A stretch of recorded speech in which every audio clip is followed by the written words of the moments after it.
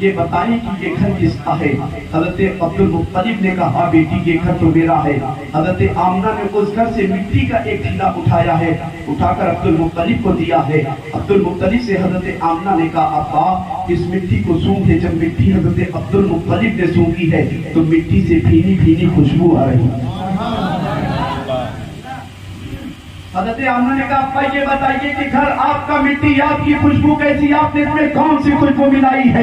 حضرت عبد المطلب کہتے ہیں بیٹی خدا کی قسم میں نے کوئی خوشبو نہیں ملائی ہے، یہ تو تمہارے ہاتھ سے، جیسے ہی تم نے اپنے ہاتھ سے مجھے دیا ہے میں نے ناک میں لگایا ہے تو شاندار خوشبو آ رہی ہے۔ حضرت آمنہ کہتی ہے ابا جب سے عبداللہ کا انتقال ہوا ہے میرا صبح بھی رونے میں گزر رہی ہے، میری شام بھی رونے میں گزر رہی ہے، میرا دن بھی رونے میں گزر رہا ہے۔ خدا کی قسم بات جو آپ نے پوچھی ہے کہ تم جسم پر خوشبو کیسی لگاتی ہو، بات کوئی اور نہیں ہے کہ جب سے آپ کے بیٹے عبداللہ کی امانت میرے شیعہ میں آئی ہے میں جس راستے سے گزر رہی ہوں وہ راستہ مہکتا رہتا، جس راستے سے گزر رہی ہوں وہ راستہ خوشبو سے مہکتا نظر آ رہا ہے۔ ابا صرف یہی تک نہیں کہ میں جس راستے سے گزر رہی ہوں راستہ مہکتا نظر آ رہا ہے، صرف یہی تک نہیں میں جس جنگل سے گزر رہی ہوں جنگل کے جانور مجھے مبارکبادی دے رہے ہیں۔ آئے آمنہ تجھے مبارک ہو، تیرے شکم میں نبیوں کا امام آ چکا ہے۔ اے آمنہ تجھے مبارک ہو، تیرے شکم میں وہ آ چکا ہے جس کے صدقے میں اللہ نے کل کائنات کو پیدا فرمایا ہے۔ اس نور کی برکت کہاں کہاں ظاہر ہو رہی ہے آپ دیکھتے چلیے۔ حضرت آدم میں ظاہر ہوئی ہے، حضرت نوح میں ظاہر ہوئی ہے، حضرت ابراہیم میں ظاہر ہو رہی ہے۔ حضرت آمنہ فرماتی ہے کہ جب میرے بیٹے حضرت محمد مصطفیٰ صلی اللہ علیہ وسلم میرے شکم میں جب فکر ہوئے ہیں، پہلی مہینے میں نے خواب میں دیکھا ایک بزرگ تشریف لائے، کہنے لگے آمنہ تمہیں اور تمہارے بیٹے کو، آمنہ تمہیں مبارک ہو۔ میں نے پوچھا حضور کیا کون چیز کی مبارکبادی دے رہے ہیں؟ وہ بزرگ فرماتے آمنہ تمہارے شکم میں نبیوں کا امام آ چکا ہے،